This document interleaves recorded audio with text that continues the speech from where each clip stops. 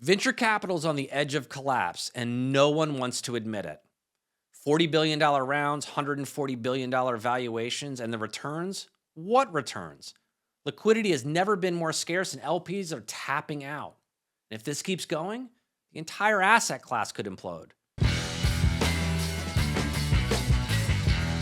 In order to lay this all out and improve my theory, we need to look at how investors and funds are behaving, what kinds of deals are taking the lion's share of capital, talking through investor returns and liquidity, and what happens if there's just no more money.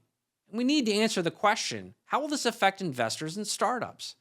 After 2 years of research, reviewing thousands of lines of data, and dissecting commentary from countless experts, I've identified the one thing that could predict the collapse of venture capital as an asset class. In a word, consolidation.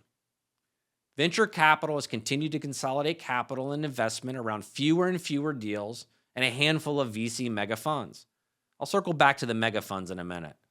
But here's a quick look at some data to illustrate this investment consolidation. According to the National Venture Capital Association, the average deal value measured by taking the total amount of capital invested divided by the number of deals recorded, how averages are usually calculated.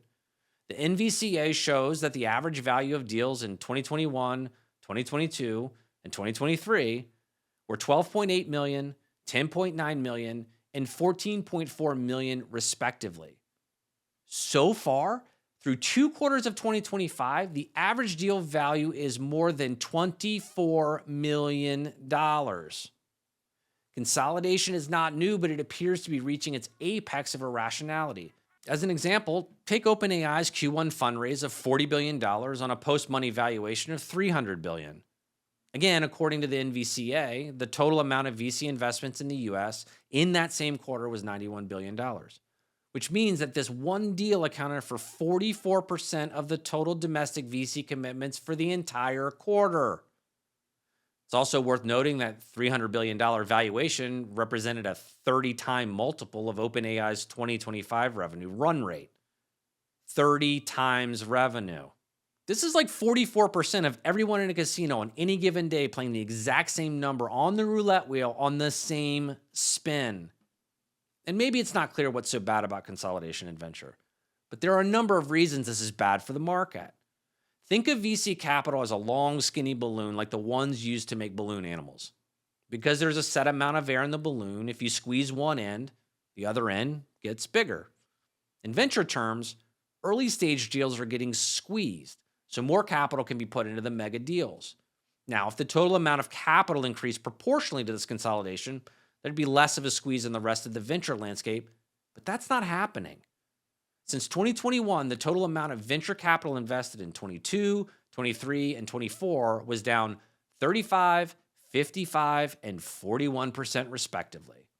So we've watched less capital get deployed while consolidation increases, which confirms some stages of startups are getting squeezed badly.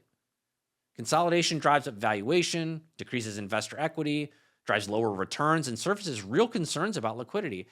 In plain English, investors get less for their money and run the risk of getting stuck with an asset that can't be easily liquidated because they paid top dollar when they invested, and the private market valuations make public market equivalency impossible.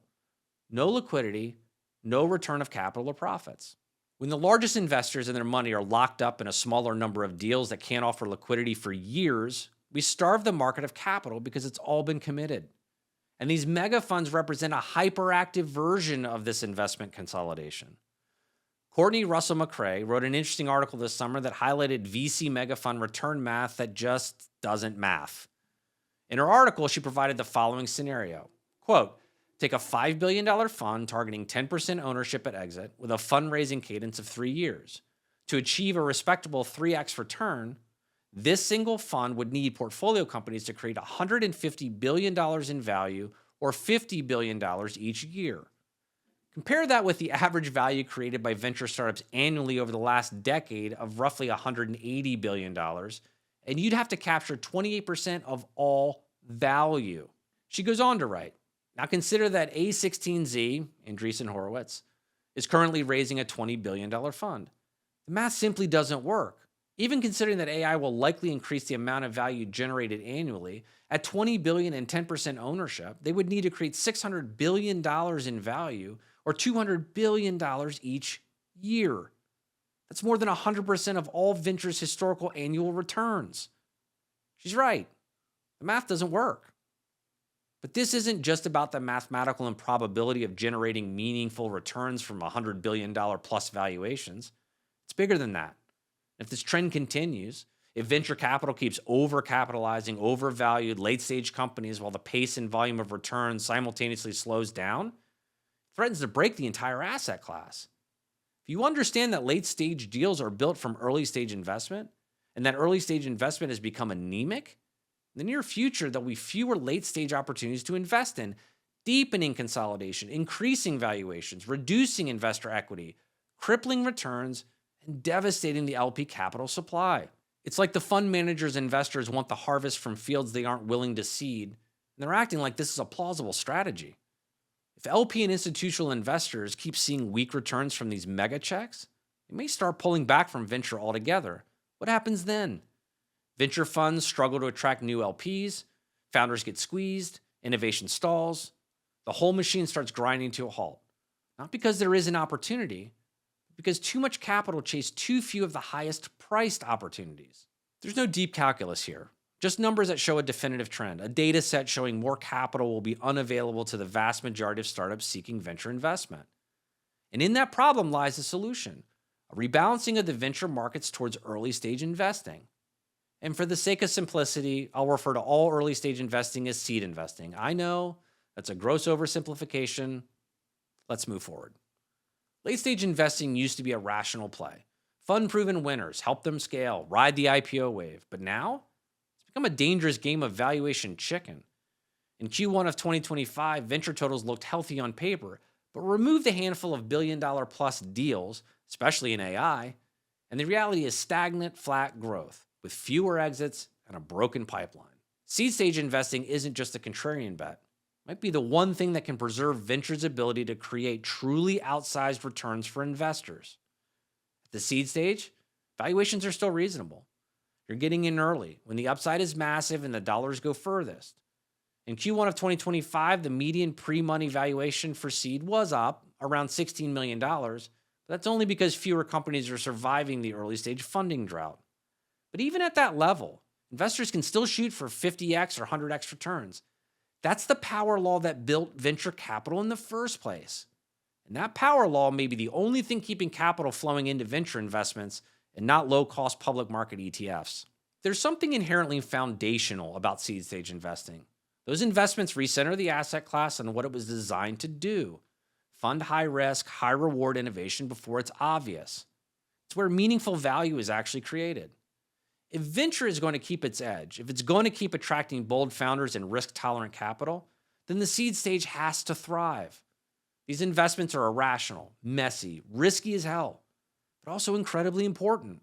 Too many of these self-proclaimed venture investors are placing capital with the risk tolerance of a bank loaning money to a teenager.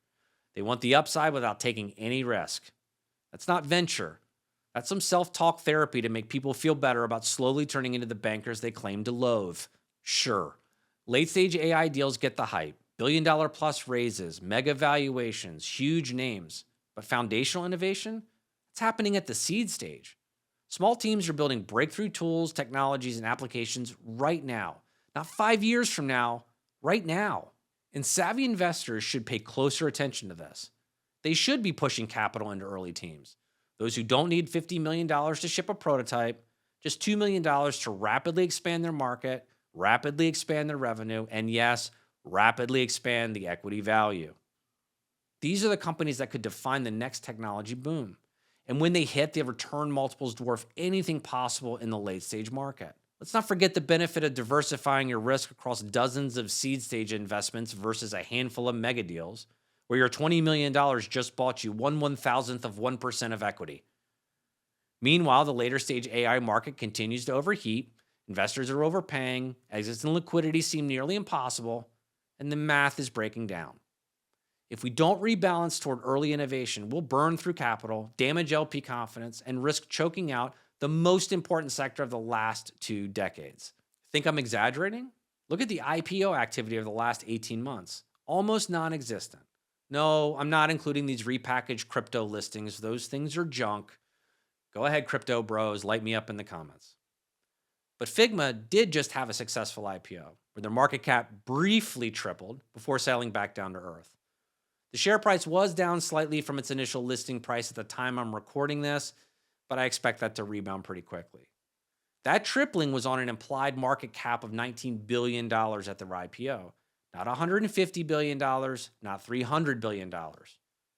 By comparison, if OpenAI went public right now, the company would have to be worth $1 trillion by the end of their first trading day to match Figma's performance. There are only 9 companies with a market cap of $1 trillion or more, and the average age of those companies? 44 years. OpenAI is 9 years old. I hope their investors are patient and ludicrously optimistic. If they're right, they can start buying islands as a hobby. The good news?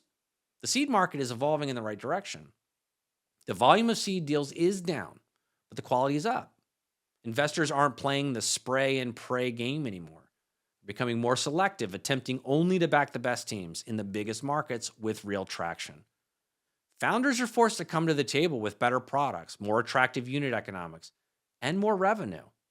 And because the demand for seed capital outstrips the supply, it's more investor-friendly than ever. This discipline, this return to fundamentals, is exactly what venture needs right now. If we keep overfunding hype and underfunding invention, we risk turning venture capital into a slow-moving version of private equity, bloated with capital but devoid of innovation. But if we move back towards the seed stage, we might save the asset class. We can return it to what it was always meant to be, bold bets on the future. This isn't about choosing between early stage and late stage. It's about reintroducing some balance into the asset class. Venture moves in cycles, and this, no doubt, is one of those cycles. But the investors, fund managers, and startup founders who recognize this earlier can take advantage of being ahead of that shift and reap the rewards. So what do you think? Are we headed for a crash if something doesn't change? Am I just being a catastrophist? If you're a founder or investor playing in seed, drop your perspective in the comments. Thanks for checking out the episode. As always, like, comment, and subscribe, and we'll see you next time.